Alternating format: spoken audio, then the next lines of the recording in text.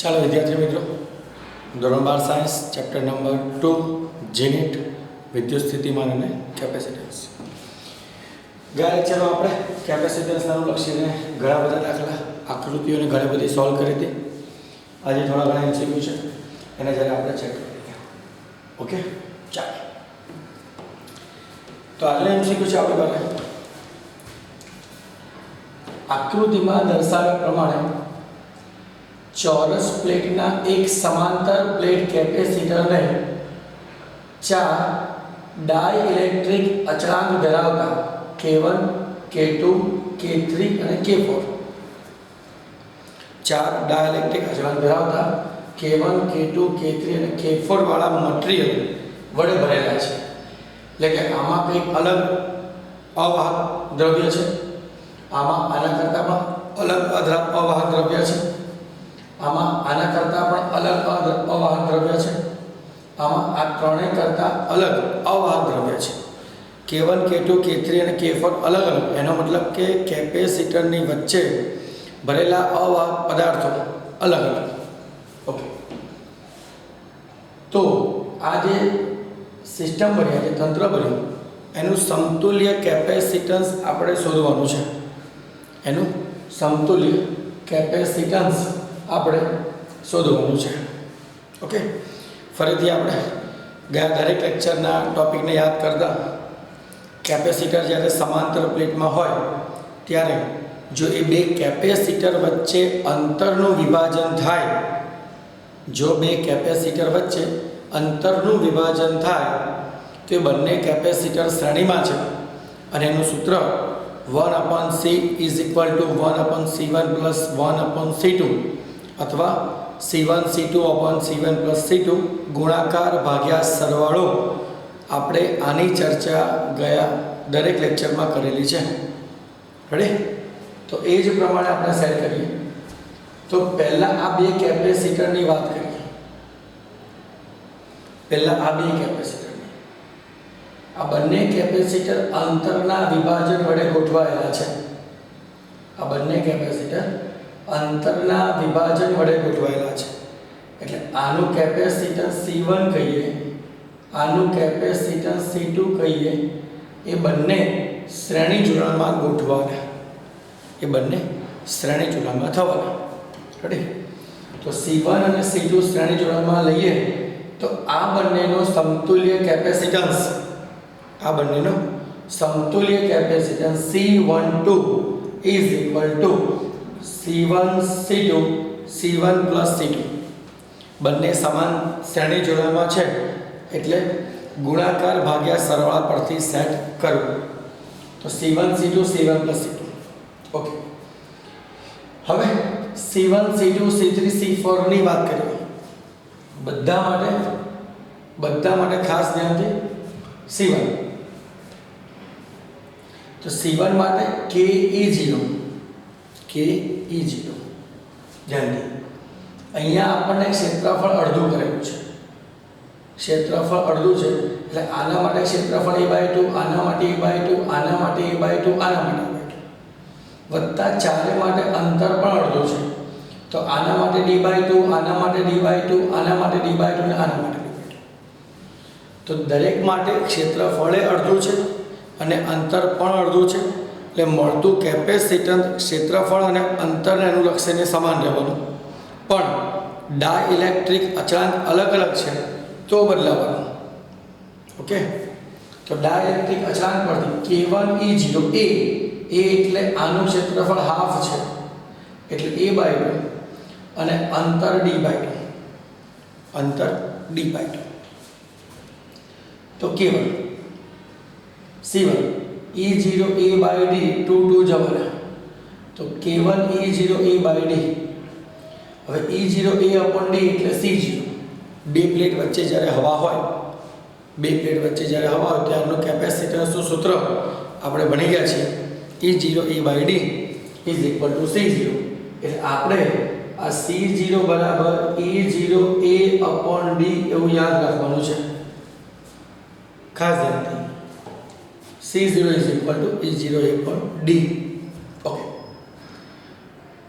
C1 = K1 C0 એવી રીતે K2 ની વાત કરો તો C2 is equal two K2 C0, C3 is equal two K3 C0 અને C4 is equal two K4 C0. ખાસ ધ્યાનથી આ રીતે આપણે કેપેસિટરના મૂલ્યની વાત કરી આકૃતિ પરથી. કેપેસિટરના મૂલ્યની વાત કરી આકૃતિ પરથી. હવે શ્રેણી અને સમાંતરની વાત કરીએ તો અહીંયા C1 અને C2 શ્રેણીમાં છે. જો C1 અને C2 શ્રેણીમાં હોય તો ગુણાકાર ભાગ્યા સરવાળો. અહીંયા C3 અને C4 પણ શ્રેણીમાં છે તો C3 અને C4 શ્રેણીમાં હોય તો એના માટે પણ ગુણાકાર ભાગ્યા સરવાળો. ઓકે, તો કિંમત મૂકીએ. આ બંનેમાં C0 કોમન છે તો C0 બહાર કાઢો. C1 C2 એટલે K1 K2 upon C1 plus C2 એટલે K1 plus K2. એવી રીતે અહીંયા C0 બહાર કાઢી નાખો K3 K4 upon K3 plus K4. જે પ્રમાણે C ની કિંમત છે એ પ્રમાણે K મૂકવાનો અને C0 બહાર કાઢી નાખો. અથવા આ બંને કિંમત અહીંયા મૂકી દો અને C0 બહાર કાઢી નાખો. આ બંને કિંમત અહીંયા મૂકી દો અને C0 બહાર કાઢી નાખો. વાત બંને સરખી છે. ઓકે, હવે આખા ભાગનું કેપેસિટન્સ આવ્યું C12 અને આખા ભાગનું કેપેસિટન્સ આવ્યું C34. એ બંને વચ્ચે ક્ષેત્રફળનું વિભાજન એટલે હાફ એન્ડ હાફ. ક્ષેત્રફળનું વિભાજન એટલે હાફ એન્ડ હાફ. ક્ષેત્રફળનું વિભાજન એટલે સમાંતર જોડાણ આપણને ખબર છે અને સમાંતર જોડાણ માટે સૂત્ર છે સરવાળો C1 plus C2 અથવા C' plus C ડબલ'. તો અહીંયા આપણે C12 અને C34 સમાંતરમાં છે તો બંનેનો સરવાળો કરીએ સમાંતર પ્રમાણે. તો આ બંનેમાંથી C0 અચળ છે તો બંનેમાંથી C0 બહાર કાઢી નાખો તો બ્રેકેટમાં શું વધે છે? આ એક પદ આખું અને બીજું પદ આખું, વચ્ચે સરવાળો છે. આ સરવાળો શું સૂચવે છે? સમાંતર જોડાણ સૂચવે છે. સરવાળો શું સૂચવે છે? સમાંતર જોડાણ. ખાસ ધ્યાનથી. રેડી? ઓકે, હવે આ C ઇક્વિવેલન્ટ, આ આખા તંત્રનું કેપેસિટન્સ આપણે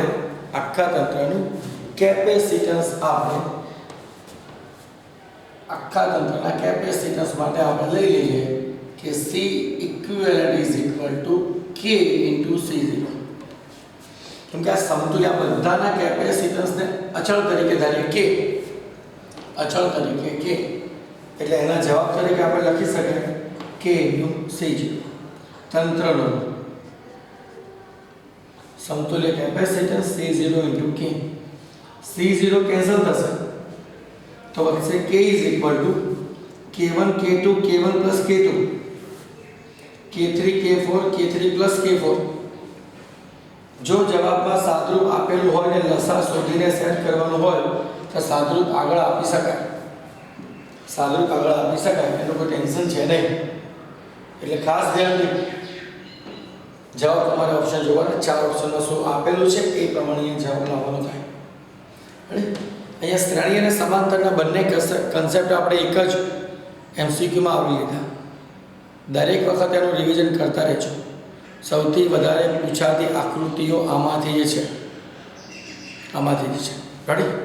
તો ખાસ ધ્યાનથી હવે આપણે જઈએ છીએ MCQ નંબર 2 ઉપર. હવે જઈ રહ્યા છે MCQ નંબર 2. લખેલું છે કે 90 પિકો ફેરેડે કેપેસિટન્સ ધરાવતા એક કેપેસિટર સમાંતર પ્લેટ કેપેસિટરને 20 વોલ્ટની EMF ધરાવતી બેટરી વડે જોડવામાં આવે છે અને એની અંદર K is equal to 5/3 dielectric અચળાંક ધરાવતા પદાર્થને પ્લેટની વચ્ચે મૂકવામાં આવે છે. તો જે વિદ્યુતભાર પ્રેરિત થાય એનું માન એટલે મૂલ્ય. કેટલું હશે? જ્યારે તમારી પાસે કેપેસિટરની વચ્ચે હવા જ છે અને એને બેટરી વડે કનેક્ટ કરો છો તો જેટલી બેટરી વડે કનેક્ટ કરો છો એ બેટરીના વોલ્ટેજ અને કેપેસિટરનું મૂલ્ય ઇઝ ઇક્વલ ટુ વિદ્યુતભારનું મૂલ્ય. એટલે Q બરાબર CD પરથી સમાંતર પ્લેટ કેપેસિટન્સનું મૂલ્ય અને વિદ્યુત સ્થિતિમાન Vનું મૂલ્ય બેનો ગુણાકાર કરો તો એ કેપેસિટર પરનો ચાર્જ વિદ્યુતભાર પડે. પણ તમારે અંદર અહીંયા કે ડાઇલેક્ટ્રિક અચળાંકવાળો પદાર્થ મૂકવાનો છે અને જો કે ડાઇલેક્ટ્રિક અચળાંકવાળો પદાર્થ મૂકો છો તો જો કેપેસિટન્સ જ ફેરફાર થઈ જાય છે તો વિદ્યુતભારના મૂલ્યને પણ ફેરફાર થવું જ પડે. આ ખાસ ધ્યાન રાખવાનું. કેમ કે તમારી પાસે Q બરાબર સીવીમાંથી જો V અચળ હોય તો Q એ C પ્રમાણે બદલાય. Q એ C પ્રમાણે બદલાય. ફિઝિક્સમાં અને કેમેસ્ટ્રીમાં નિયમ છે કે જ્યારે 2થી વધારે રાશિ આપી હોય અને તમારે એને કમ્પેર કરવાની હોય, ચલન દર્શાવવું હોય, તો 2 રાશિ વચ્ચેના ચલન માટે બાકીની ગમે તે રાશિઓને અચળ લઈ લેવાની. એટલે Q બરાબર સીવીમાં આપણી પાસે 3 રાશિ છે, એમાં Q અને C વચ્ચેનું ચલન લેવું છે તો Vને અચળ લેવી પડે. તો V અચળ તો Q અને C વચ્ચેનું ચલન. રેડી? જો બેટરી બદલો છો, C અચળ છે, Cને કાઢી નાખો તો Q અને V વચ્ચેનું ચલન. એટલે અહીંયા 3 રાશિ છે, 2 રાશિ વચ્ચેનું ચલન લેવું છે તો ત્રીજી રાશિ હંમેશા અચળ લેવી પડે. એ પ્રમાણે ગોઠવણ કરવી. રેડી? તો અહીંયા તમારી પાસે બેટરી અચળ જ છે, બેટરી બદલવાનું નથી. ખાલી પહેલાં હવા હતી 2 પ્લેટ વચ્ચે અને હવે 2 પ્લેટ વચ્ચે 5/3 અચળાંકવાળો ડાઇલેક્ટ્રિક અચળાંકવાળો પદાર્થ મૂકેલો છે. બસ ધ્યાન એટલું રાખવાનું છે. ઓકે, તો પ્રેરિત વિદ્યુતભારનું મૂલ્ય મેં અહીંયા સાબિત કરીને મૂકેલું છે. સૂત્ર જ ખાલી યાદ રાખવાનું છે. Q0 = Q1 - 1/K. Q0 = Q1 - 1/K. QP. P એટલે પ્રેરિત. P એટલે પ્રેરિત. હવે Q એટલે કુલ વિદ્યુતભાર. જ્યારે 2 પ્લેટ વચ્ચે હવા હતી, ડાઇલેક્ટ્રિક અચળાંક વગરના સમાંતર પ્લેટ કેપેસિટરનું વિદ્યુતભાર. રેડી? મેં તમને આગળ કીધું એ પ્રમાણે Q બરાબર C. હવે જો એની અંદર ડાઇલેક્ટ્રિક પદાર્થ મૂકો છો તો ત્યારનો વિદ્યુતભાર અહીંયા Q આપણે ડાઇલેક્ટ્રિક પદાર્થ મૂકીને મળતો વિદ્યુતભાર ગણવાનો. Q બરાબર ડાઇલેક્ટ્રિક પદાર્થ મૂકીને વિદ્યુતભાર. તો ખાસ ધ્યાન, Q બરાબર CV એવું સૂત્ર છે. Q બરાબર CV એવું સૂત્ર છે, પણ આ C એ જ્યારે ડાઇલેક્ટ્રિક પદાર્થ મૂકી દો છો ત્યારે એક આવું થઈ જાય છે. Qની કિંમત તો K C0 × V. C0 એટલે ડાઇલેક્ટ્રિક પદાર્થ નથી ત્યારનું કેપેસિટન્સ. રેડી? તો K એટલે 5/3, C0 એટલે 90 પિકોફેરાડે અને V એટલે 20 વોલ્ટ. આ બધા કિંમતો મૂકતા રકમ પરથી જવાબ આપણને ડાઇલેક્ટ્રિક પદાર્થ મૂક્યા પછીનો વિદ્યુતભાર 3 નેનો કુલમ મળે છે. 3 નેનો કુલમ મળે છે. હવે પ્રેરિત થતો વિદ્યુતભારના સૂત્રમાં તમારે 3 નેનો કુલમ અહીંયા મૂકવાનો છે. 1 as it is K એટલે 5/3.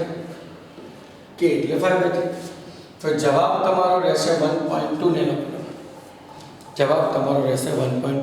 કુલમ. ખાસ ધ્યાનથી ગણતરી વિધાઉટ કેલ્સીથી કરવાની. કેલ્ક્યુલેટરનો ઉપયોગ ન કરી શકાય તેવી રીતે ગણતરી કરવાની થાય. પ્રેક્ટિસ ખૂબ જ માંગી લેશે, પણ ધીમે ધીમે સિસ્ટમમાં તમારે આવી જશે. ઓકે, ગુજરાત બોર્ડના બી દાખલા હોય સ્વાધ્યાય ઉદાહરણના, તો પણ એને પણ વિધાઉટ કેલ્સી ગણવાનો પ્રયત્ન કરવાનો. ગુજરાત બોર્ડમાં તો આપણી પાસે કેલ્સી છે જ, ઓપ્શન છે જ, પણ જીનીટ માટે તમારી પાસે ઓપ્શન નથી કેલ્સીનો. રેડી? એટલે ખાસ ધ્યાનથી પ્રેક્ટિસ જેવી રાખવાની કે તમને જવાબમાં થોડી સરળતા પડે ગણતરી કરવા માટે. ઓકે, તો પ્રેરિત વિદ્યુતભારનું સૂત્ર આપણે યાદ રાખવાનું છે. અહીંયા રાખવાનું થશે. પાકું? ઓકે, આગળ. હવે આપણી પાસે છે કે એક સમાંતર પ્લેટ કેપેસિટરને 5 ડાઇલેક્ટ્રિક અચળાંક ધરાવતા 5 K =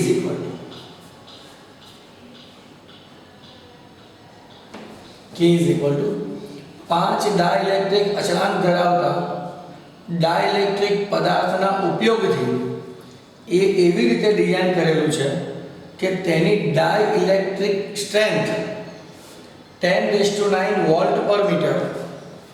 10⁹ વોલ્ટ પર મીટર. આ વોલ્ટ ડાઇલેક્ટ્રિક સ્ટ્રેન્થ શબ્દ એટલે ગભરાઈ નહીં જવાનું. આ કોઈ નવી રાશિ કે નવી કોઈ સંજ્ઞા નથી. તમારે જ્યારે પણ આવા અટપટા નામ આવે કે જે આપણને મગજની બહાર આઉટ ઓફ નોલેજ હોય તો કશું જ નહીં કરવાનું. જાણીતી એકમની વાત આપણી પાસે છે જ. સીધો તમારે એકમ પર કૂદકો મારી દેવાનો. સીધો એકમ પર કૂદકો. Volt by metre. Volt by metre એ કોનો એકમ છે? તો વિદ્યુત ક્ષેત્ર. કોઈ પણ અટપટા નવા નામ આવે, કોઈ પણ અટપટા નવા નામ આવે તો એકમ પર સીધો કૂદકો મારવાનો. એકમ પર કૂદકો મારીને એની રાશિ આપણે જાતે સમજી લેવાની કે આવું જે કહેવા માંગે છે. તો dielectric strength 10⁹ volt by metre છે.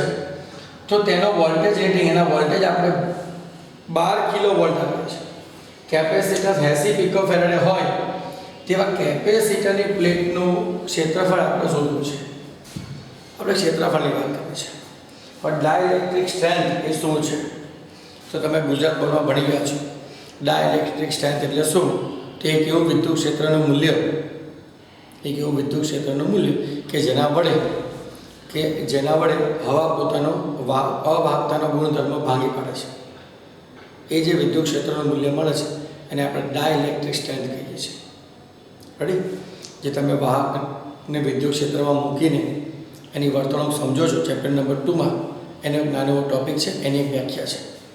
રેડી? એટલે જે વિદ્યુત ક્ષેત્ર પર હવા પોતાનો અવાહકતાનો ગુણધર્મ, હવા અવાહકમાંથી વાહક બને, અવાહકમાંથી વાહક બને, તો એ પીક પોઈન્ટ, એ વેલ્યુની વિદ્યુત ક્ષેત્રની કિંમત 10⁹ વોલ્ટ બાય મીટર આપેલી છે. એ વિદ્યુત ક્ષેત્રની વાત છે આપણી પાસે. તો કેપેસિટન્સનું મૂલ્ય ડાઇલેક્ટ્રિક પદાર્થ મૂકતા આપણને મળે છે C = KE0/d. KE0/d જ્યાં d શું છે? બે પ્લેટ વચ્ચેનું અંતર. રેડી? ઓકે. હવે V = ED એવું સૂત્ર છે. અહીંથી ચેક કરો. E = V/d. E = V/d. અહીંયાથી જ છે. વોલ્ટ બાય મીટર એટલે વોલ્ટ બાય મીટર એટલે V/d. એકમ પરથી મળે. તો V = ED, તો D = V/E.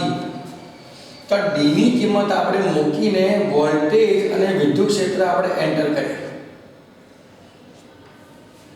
વોલ્ટેજ અને વિદ્યુત ક્ષેત્ર એન્ટર કરવાની આ રીત છે કે D ની જગ્યાએ જે આપણે V/E લખીને વોલ્ટેજ અને વિદ્યુત ક્ષેત્ર નાખીએ છીએ સૂત્રમાં.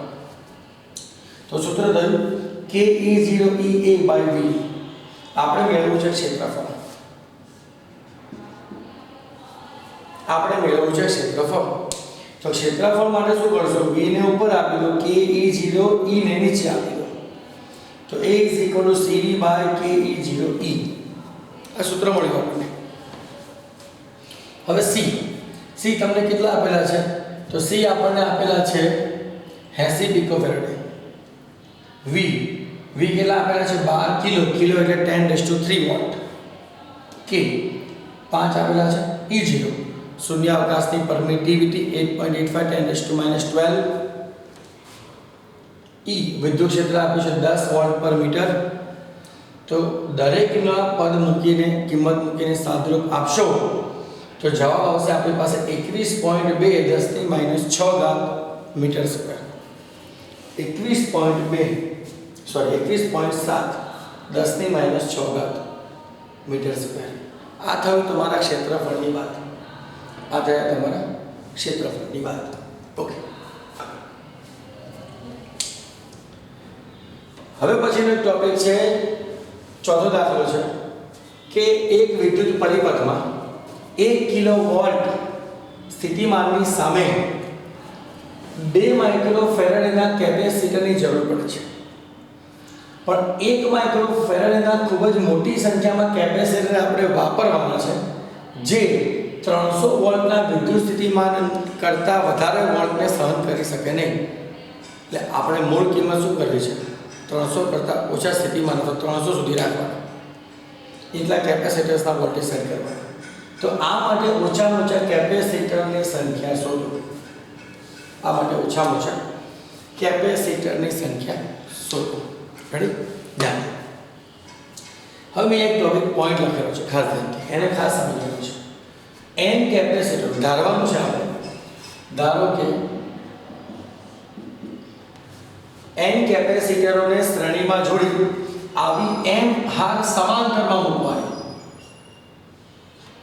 કેપેસિટર n લેવાના, કેપેસિટર n અને એનું સમતુલ્ય જોડાણને સમાંતરમાં ગોઠવવાનું. તો જે વિદ્યુત સ્થિતિમાન છે 300 થી નહીં વધે. તો એ વિદ્યુત સ્થિતિમાન 300 થી નહીં વધે, ખાસ ધ્યાનથી. તો n કેપેસિટરોને શ્રેણીમાં, તો શ્રેણીમાં ટોટલ વોલ્ટેજ કેટલા થાય? સરવાળો. શ્રેણી જોડાણમાં વોલ્ટેજનો શું થાય? સરવાળો. તો આપણે શું કરીએ છીએ? n કેપેસિટરના વોલ્ટેજ સાથે સરવાળો n + 300. રેડી? એ આ 1000 વોલ્ટ છે, 1000 વોલ્ટ છે. એના કરતાં કેવા રાખવાના છે આપણે? નાના. ઓકે. હવે n = 300. Okay. n = 10/3. n = 10/3. Okay. Ready? Okay. હવે n માટે 10/3, 10/3 લગભગ આપણને 3.33 જેવું મળે. લગભગ આપણને 3.33 જેવું મળશે. રેડી?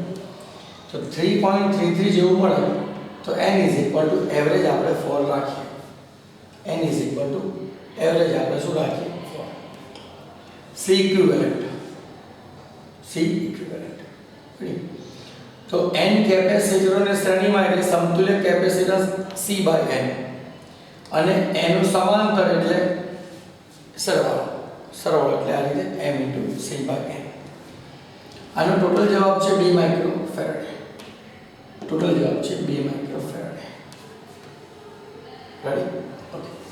તો આપણા m ને સૂત્ર કરતા બનાવો. m એટલે કે હા, m એટલે હા, m/n. તો c જાય છે એમાં તો 2 માઇક્રોકુલમ / 1 માઇક્રોકુલમ, 2 માઇક્રોફેરાડે / 1 માઇક્રોફેરાડે.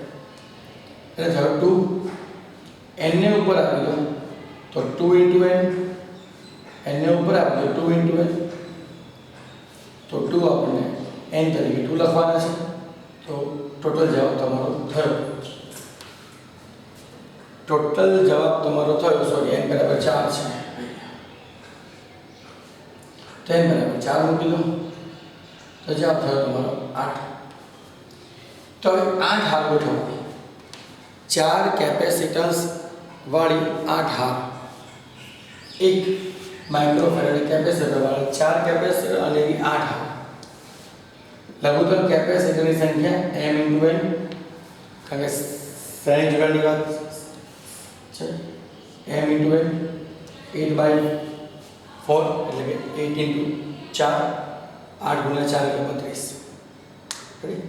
તો લઘુત્તમ કેપેસિટર 1 માઇક્રોફેરાડે વાળા લઘુત્તમ કેપેસિટર તમે ટોટલ 32 જોડી શકો છો.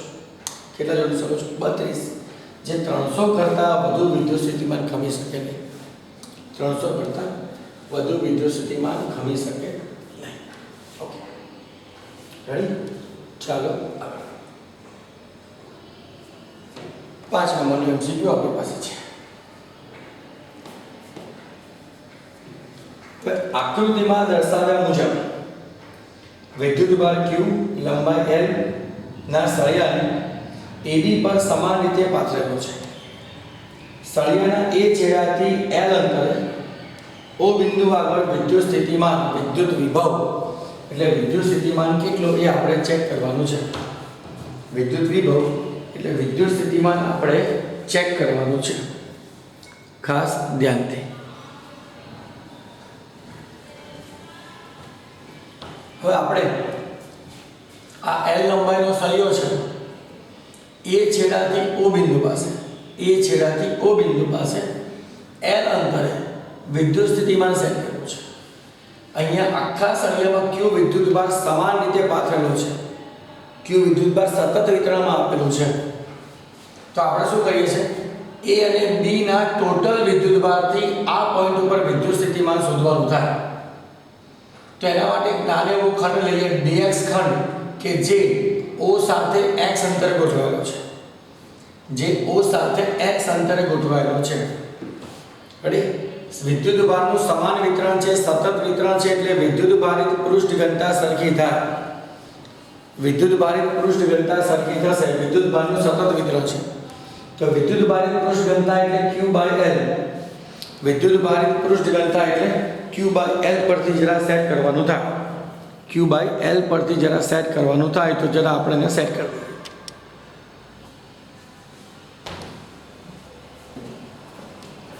તો લેમ્ડા બરાબર Q/L, કુલ વિદ્યુત ભાર Q છે અને કુલ લંબાઈ L છે, Q/L.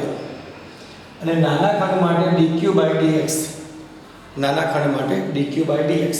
સમાન રીતે વિતરણ કરેલું હોય તો આખા સળિયા માટે વિદ્યુત ભારની પૃષ્ઠ ઘનતા હોય કે કદ ઘનતા હોય કે રેખીય ઘનતા હોય અને એની ધારેલા નાના ખંડની પૃષ્ઠ ઘનતા, રેખીય ઘનતા અને કદ ઘનતા હંમેશા સમાન જ થાય. વિદ્યુત ભાર પર મીટર દીઠ, પર ક્ષેત્રફળ દીઠ, પર કદ દીઠ, મીટર ક્યુબ દીઠ સમાન રીતે જ ગોઠવાયેલો હોય. એટલે કિંમત તમને લેમ્ડા, સિગ્મા અને રોની અચળ મળે. તો આમાંથી dq ને સૂત્ર કરતા બનાવો તો dx ઉપર જશે. dx ઉપર dq બરાબર Q/L * dx. Q/L * dx. હવે આગળ આપણે વિદ્યુત સ્થિતિમાન મેળવવું છે અને વિદ્યુત સ્થિતિમાનનું સૂત્ર છે kq. વિદ્યુત સ્થિતિમાનનું સૂત્ર છે kq બાય અંતર. kq બાય અંતર એટલે આનો વિદ્યુત ભાર dq છે, અહીંથી અંતર x છે તો dq વિદ્યુત ભાર, dq વિદ્યુત ભારના વડે આ O બિંદુ પાસે વિદ્યુત સ્થિતિમાન કીધું તો k dq/x. dq બરાબર કિંમત લખવાની છે dq dx/L. તો q dx/L લખી નાખીએ k/x આવી. ક્યાંથી ક્યાં શોધવાનું છે? અહીંથી આ અંતર 12 છે, અહીંથી આ અંતર 12 છે, અહીંથી આ અંતર L છે. રેડી? તો આખા સળિયા માટે L થી 12, આખા સળિયા માટે L થી 12.